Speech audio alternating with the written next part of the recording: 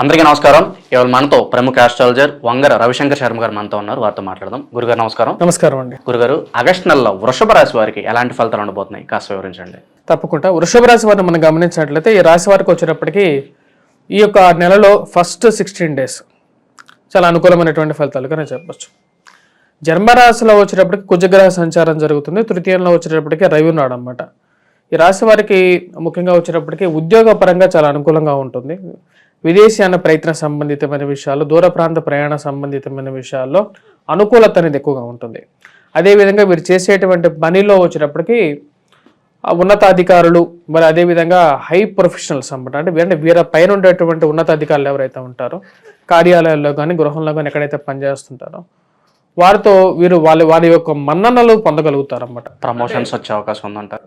ఆ ప్రమోషన్స్ పరంగా కూడా కొంచెం బాగుంటుంది. ఇంక్రిమెంట్స్ పరంగా కూడా చాలా అనుకూలమైనటువంటి ఫలితాలుగా చెప్పచ్చు. ఎవరైతే ఉద్యోగ ప్రయత్న సంబంధితమైన విషయాల గురించి ప్రయత్నం చేస్తుంటారో వృషభ రాశి వారికి కొత్త ఉద్యోగం రావటం, అంటే కొత్త ఉద్యోగ ప్రయత్నాల్లో అనుకూలత అనేది బాగా పెరగడం అనేది ఒక మంచి అనుకూలమైనటువంటి ఫ్యాక్టర్ అన్నమాట. సో ఆ ఫ్యాక్టర్ పరంగా రవి యొక్క పూర్తి అనుకూలత వీరికి 16, 15వ తారీఖు వరకు రాగలుగుతుంది. దీని ప్రకారంగానే వీరికి వచ్చేటప్పుడు 8th ర్యాంక్ ఇవ్వడం జరిగింది అన్నమాట.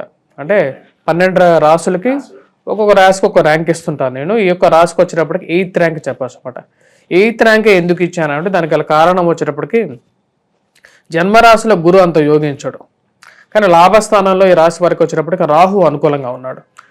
మనం ఇందాక చూసినట్టయితే రాహు యొక్క మార్పు స్థితిగతి గురించి నేను ఒక వీడియో చెప్పడం జరిగింది. ఎవరైతే చూసేటువంటి వారు ఎవరైతే ప్రేక్షకులు ఉన్నారో కావాలంటే ఆ యొక్క ఏ నక్షత్రాలకి ఎటువంటి ఫలితం వస్తుంది, ఎందుకంటే రాహు యొక్క మార్పు శని నక్షత్రంలోకి జరుగుతున్నప్పుడు కొన్ని నక్షత్రాలకి మంచి అనుకూలమైనటువంటి ఫలితాలు రావడం జరిగింది. దాని ప్రకారంగానే వీరికి బాగా అప్రైజ్ ఇవ్వడం, 8th ర్యాంక్ పొజిషన్ ఇవ్వడం అనేది కూడా జరిగింది అనమాట. జన్మరాశిలో గురువు యోగించట్లేదు. కొన్ని కష్టాలు, అంటే ఎటువంటి కష్టాలు అంటే ఒకే పని కోసం మీరు గమనిస్తూ ఉంటాం. మన సొసైటీలో కూడా వచ్చేటప్పటికి ఒక పని మనం కూడా చేసేటప్పుడు రిపీటెడ్గా ఒక మనిషి కోసం వెళ్ళినప్పుడు 4-5 సార్లు వెళ్ళాల్సి ఉంటుంది. ఒకసారి బ్యాంక్ పని కూడా వెళ్తూ ఉంటారు. చాలా సింపుల్ పని బ్యాంక్ వెళ్ళటం, బ్యాంక్ అకౌంట్ ఓపెన్ చేయడం కానీ సింపుల్ పనులు. వెళ్ళే పని జరగదు, మళ్ళీ వెళ్ళాల్సి వారి కోసం 4 సార్లు తిరగాల్సి ఉంటుంది. ఇలాంటి ఎందుకు జరుగుతుంటారంటే సక్సెస్ అనేది ఒక్కోసారి నెగిటివ్గా తయారైనప్పుడు ఏమవుతుందంటే అదే కదా, దాన్నే కదా సక్సెస్ అనేది. జ్యోతిష్యం చెప్పేది ఏంటి, this is totally luck base, success rate ఈ బేసిస్ మీద వెళ్తుంటుంది. ఈ బేసిస్ మీద చెప్పాలంటే వీళ్ళకి 8th ర్యాంక్ ఇవ్వడం జరిగింది. వృషభ రాశిలో కొన్ని నక్షత్రాలకి చాలా అనుకూలమైనటువంటి ఫలితాలు కూడా చెప్పాను నేను ఆ వీడియోలో. ఆ నక్షత్రాల వారికి బాగుంది కాబట్టి 8th ర్యాంక్ ఉంది. ప్లస్ రవి యొక్క స్థానం బాగుంది. ఇప్పుడు ఆ యొక్క ఫ్యాక్టర్స్ అనేది అనుకూలిస్తుంది. అలాగే వ్యాపారస్తులకు ఎలా ఉండబోతుంది వృషభ రాశి వారికి? వ్యాపారస్తులుగా మనం చూసినట్లయితే కొద్దిగా ఖర్చు అనేది కొద్దిగా ఎక్కువగా ఉంటుంది ఈ రాశి వారికి. ఎందుకంటే కుజుడు జన్మరాశిలో ఉన్నాడు అన్నమాట. ధనక్షయ కారకం అంటారు అన్నమాట. కుజుడు జన్మరాశిలో ఉన్నప్పుడు కొద్ది ఖర్చు అనేది ఎక్కువగా ఉంటుంది. కానీ తృతీయంలో రవి అనుకూలత అనేది వీరికి బాగా కలిసి వచ్చే విధంగా ఉంది. మరి అదేవిధంగా ఈ రాశి వారికి వచ్చినప్పటికీ షష్టమంలో మనం చూసినట్లయితే పంచమంలో కేతువు కొంచెం ఖర్చుని ఎక్కువగా సూచించటం అనేది ఒక ప్రభావం. అదేవిధంగా పంచమంలో కేతువు సరైనటువంటి స్థితిగతులు లేనప్పుడు ఏమవుతుందంటే పిల్లల గురించి ఎక్కువగా ప్రయత్నాలు చేయటం, సంతానం విషయం గురించి ఎక్కువగా ప్రయత్నం చేయటం. సంతానం ఉన్న వారికి ఏంటంటే సంతానం ఏంది పెద్ద ఈజీయే కదా అని అనుకుంటూ ఉంటారు మనం చూసినట్లయితే. కానీ ఏ మనిషికి ఏది లేదో అదే కష్టం. ఇప్పుడు మనం చూసినట్లయితే డబ్బు లేనివాడికి డబ్బే కష్టం, పెద్ద పొజిషన్లో లేనివాడికి పెద్ద పొజిషన్ లేదే కష్టం, అంటే ఉద్యోగం లేనివాడికి ఉద్యోగం రాకపోవడమే కష్టం, మనశ్శాంతి లేని వాడికి కొంచెం పీస్ఫుల్గా ఉండాలనుకో అదే కష్టం కదా. ఇప్పుడు సంతానం లేని వాడికి సంతానమే కష్టం. కానీ అది సాధించినట్లయితే వాడికి నెక్స్ట్ గోల్కి వెళ్ళిపోతాడు. ఈ గోల్ అయిపోయింది, ఈ నెక్స్ట్ గోల్కి వెళ్ళాలి, లైఫ్ నెక్స్ట్ పాయింట్ ఏంటనేది చూస్తారు. అలాగే రియల్ ఎస్టేట్లోనూ లేకపోతే ఇంకా వేరే ఏదైనా పెట్టుబడి వేరే వాటిలో ఇన్వెస్ట్ చేసే వాళ్ళు ఉంటారు. సో అలాంటి వాటికి ప్రతికూల పరిస్థితులు అనుకూల పరిస్థితులు కనిపిస్తుంది. ఈ రాశి వారికి వచ్చినప్పటికీ స్పెషల్గా చెప్పాలంటే తృతీయంలో ఉన్నటువంటి రవి యొక్క స్థానం బాగుందన్నమాట. ఈ ఫస్ట్ 15 daysలో వీరు ఏదైనా కార్యాలు చేసుకుంటే కొద్దిగా సక్సెస్ రేట్ అనేది ఎక్కువగా ఉంటుంది. అంటే గురువు యొక్క అనుకూలత కొంచెం తక్కువగా ఉన్నా సరే రవి స్థానం బాగుంది కాబట్టి కార్యాలయాల్లో పనిచేసేటప్పుడు వాళ్ళ ఉన్నతాధికారులతో వారి యొక్క మెప్పు పొందడం అనేది ఒక మంచి పాజిటివ్ ఇంపాక్ట్ అనేది ఉంటుంది. దాంతోపాటు ఈ రాశి వారికి వచ్చేటప్పటికి ఇంకోటి ఏంటంటే ఈ మంత్ ఎండింగ్లోకి ధనస్థానంలోకి కుజగ్రహ సంచారం జరుగుతున్నది. దాని ప్రభావ రీత్యా ప్లస్ శుక్రుడు బుధుడి యొక్క స్థానం అనేది చాలా బలంగా ఉంది. ఖర్చు అనేది కొంచెం ఎక్కువగా ఉంటుంది. ఇరుగు పొరుగు సఖ్యత విషయంలో ఎదుటి వారితో పక్కన వాళ్ళతో మాట్లాడేటప్పుడు కొంచెం జాగ్రత్తగా మాట్లాడడం, భారీ ఇన్వెస్ట్మెంట్స్ చేసేటప్పుడు మటుకు వారి యొక్క స్వజాతకాన్ని ఒకసారి పరిశీలించుకుంటే బెటర్.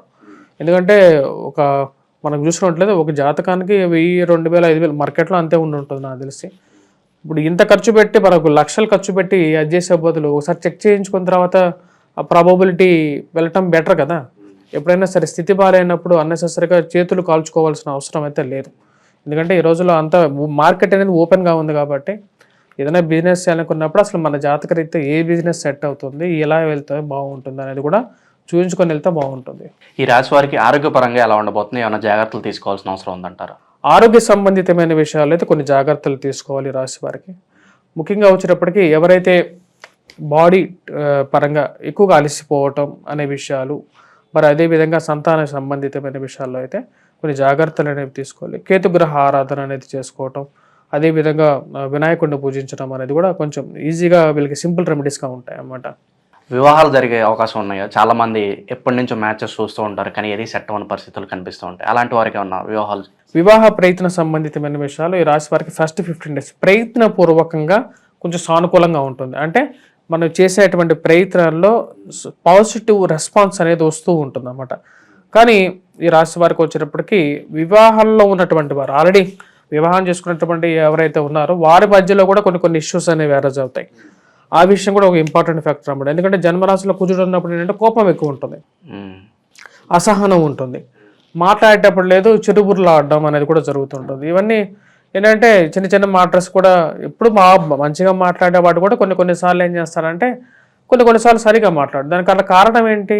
తనకు ఉన్నటువంటి గ్రహస్థితి, తనకు ఉండేటువంటి పరిస్థితి అన్నమాట. ఈ యొక్క పరిస్థితి రీత్యా వాటి నుంచి బయటకు రావడానికి ఎక్కువగా ప్రయత్నం చేయాలి. 27వ తారీఖు తర్వాత ఈ స్థితిలో కొన్ని మార్పులు అనేవి వస్తాయి. ప్లస్ ఫస్ట్ 15 daysలో వచ్చేటప్పటికి వీరికి మంచి సక్సెస్ పరంగా అనుకూలంగా ఉంటుంది. విద్యార్థుల పరంగా ఎలా ఉండబోతుంది? వీరికి ఫారెన్ యూనివర్సిటీలో ఏమన్నా అడ్మిషన్ దొరికే అవకాశం ఉందంటారా? విదేశీయాన సంబంధితమైన విషయాల్లో మటుకు ఈ రాశి వారికి అనుకూలంగా ఉంది. ఈ యొక్క నెలలో కొంచెం బెటర్ రిజల్ట్స్ వస్తాయి. ప్లస్ ఈ రాశి వారికి, వృషభ రాశి వారికి వచ్చేటప్పటికి ప్రయాణ సంబంధితమైన విషయాల్లో రాహు యొక్క అనుకూలత అనేది చాలా ఇంపార్టెంట్. ఇప్పుడు మనం చూసినట్లయితే ప్రతి జాతకంలో నేను చూసిన నా ఎక్స్పీరియన్స్ ప్రకారంగా రాహు యొక్క స్థితి, రాహు మహర్దశలో కానీ లేకుంటే గురువులో రాహు అంతర్దశలో కానీ ఎప్పుడైతే రాహు దశాంతర్దశలోకి వస్తుంటాడో వాళ్ళు విదేశీయానం చేయడం జరుగుతుంటుంది. అలాగే వృషభ రాశి వారికి కూడా ఇప్పుడు రాహు లాభస్థానంలో మంచి అనుకూలమైనటువంటి స్థానంలో ఉన్నాడు. అది అనుకూలించే విధంగా ఉంటుంది. అప్పుల బాధ నుంచి బయటపడే అవకాశం ఉందంటారు. అలాగే ఎంత సంపాదించినా కూడా మిగలట్లేదని ఫీల్ అవుతూ ఉంటారు ఈ రాశి వారు. అలాంటి వారికి ఏమైనా ఉపశమనం కలిగే అవకాశం ఉంది? మేజర్గా ఈ రాశి వారికి వచ్చేటప్పటికి మేజర్గా వచ్చేటువంటి ఇష్యూస్లో ఇప్పుడున్నటువంటి అంటే అప్పులు అనేది ఇప్పుడు ప్రతి ఒక్కరి జీవన్మరణ సమస్యగా ఏర్పడుతున్న రోజులు అన్నమాట. అదేంటంటే అసలు అప్పులు ఎందుకు అవుతాయి అంటే జనరల్గా వచ్చేటప్పుడు జాతకరీత్యా మనం చూసినట్లయితే ధనస్థానంలో, భాగ్యస్థానంలో, మరియు అదేవిధంగా వచ్చేటప్పటికి రాజ్యస్థానంలో కానీ పాపగ్రహాలు ఉన్నప్పుడు, పంచమగంలో కూడా పాపగ్రహాలు ఉన్నప్పుడు, దశాంతర్దశలో కూడా ఆ యొక్క గ్రహాలు జన్మ జాతకంలో ఉన్నప్పుడు కూడా ఈ యొక్క ప్రభావం అనేది జరుగుతుంటుంది. అదేవిధంగా ఈ రాశి వారికి మనం గమనించినట్లయితే ఈ యొక్క జరుగుతున్నటువంటి అప్పులు ఏవైతే పాత అప్పుల నుంచి రికవర్ అనేది ఎప్పుడు జరుగుతుంది అంటే ఇంకా టైం పట్టే విధంగా ఉందన్నమాట. అట్లీస్ట్ మేబీ ఇంకో 45 రోజులు, ఈ 27వ తారీఖు నుంచి ఇంకో 45 రోజులు, అంటే ఆగస్టు 27 అంటే మీకు సెప్టెంబర్, అక్టోబర్కి కొంచెం డిఫరెన్స్ అనేది ఉంటుంది. ఈ యొక్క రాశి వారికి వచ్చినప్పటికీ కొంచెం బెటర్ టైం అనేది డిసెంబర్లో వస్తుంది యాక్చువల్గా. ఎందుకంటే కుజుడు వక్రత్వం పొందబోతున్నాడు డిసెంబర్లో. కుజుడు వక్రత్వం పొందేది వచ్చేటప్పటికి కర్కాటకంలో పొందుతున్నాడు అన్నమాట. అంటే నీచత్వం బట్టినా సరే తృతీయంలో ఉన్నప్పుడు వక్రత్వంలోకి వెళ్ళినప్పుడు ఏమవుతుందంటే ఈ రాశి వారికి అనుకూలమైనటువంటి ఫలితాలు ఎక్కువగా వస్తాయి. వక్రత్వంలో ఉన్నటువంటి గ్రహం కుజమాందాబ్దం అంటారన్నమాట. కుజమాందాబ్దం ఎప్పుడైతే జరుగుతుందో ఈ రాశి వారికి డిసెంబర్ నుంచి యోగాన్ని పడుతుంది. ఈ రాశి వారు ఎటువంటి పరిహారాలు చేసుకుంటే వీళ్ళకి మంచి ఫలితాలు ఉంటాయి? ఆగస్టు నెలలో వృషభ రాశి వారికి ఎలాంటి ఫలితాలు ఉంటాయి, అలాగే వీరు చేసుకోవాల్సిన పరిహారాలు తెలియజేసినందుకు ధన్యవాదాలు.